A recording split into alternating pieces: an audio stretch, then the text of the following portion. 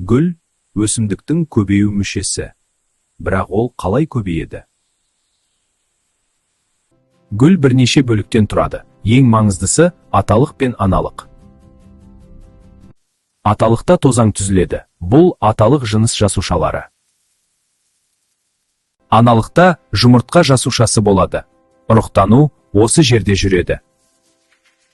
Тозаңның аналық аузына түсуі тозаңдану деп аталады.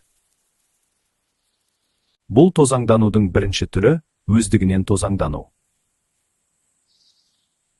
Бұл кезде тозаң сол гүлдің өз аналығына түседі. Артықшылығы тез жүреді, тасымалдаушы қажет емес. Бірақ өзгергіштік аз болады, өсімдік әлсіз болуы мүмкін. Тозаңданудың екінші түрі айқас тозаңдану. Тозаң бір гүлден басқа гүлге тасымалданады. Оны жел, жәндіктер немесе су тасымалдайды.